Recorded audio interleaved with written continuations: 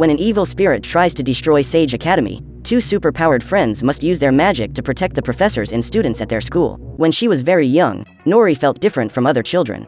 Unlike all her classmates, the girl had yet to find anything that made her special, until one day, something bizarre happened. At the age of 7, Nory was watching the neighbors from her bedroom window when she saw a kitten in the garden.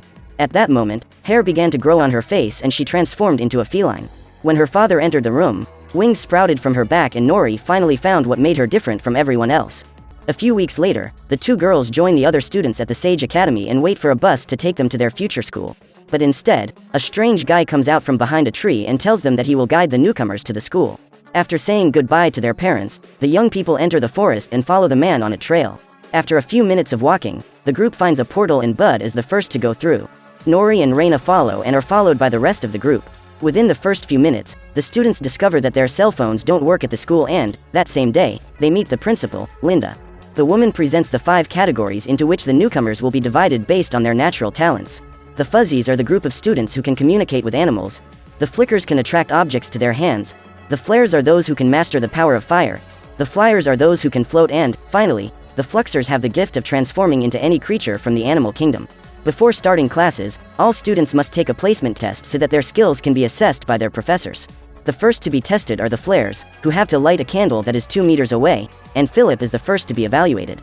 He then receives a card and the principal orders him to wait in the courtyard while the other students take the test. However, when it's Elliot's turn, the boy can't light the candle, because instead of flames, he releases a smokescreen and the professors consider him a lost cause. Finally, Reina introduces herself and proves to be the most powerful among her colleagues, as she manages to complete the test using only her little finger.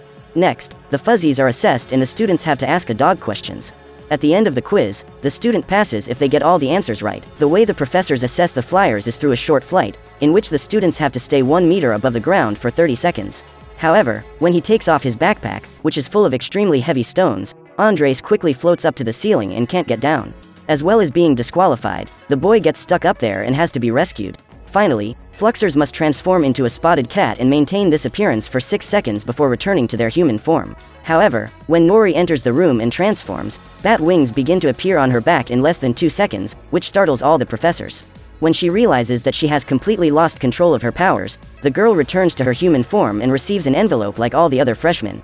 At the end of the exam, the students gather in the courtyard to open their cards and find out where they have been allocated. At this point, Reina learns that she has been accepted into the Flares group, but Nory is not sent to the Fluxers. Instead, the young woman finds the acronym UDM on her card and wonders what that category is. The principal then orders the students to go to the cafeteria to pick up their uniforms, except for Nory, who will have to follow a forest trail to reach her destination.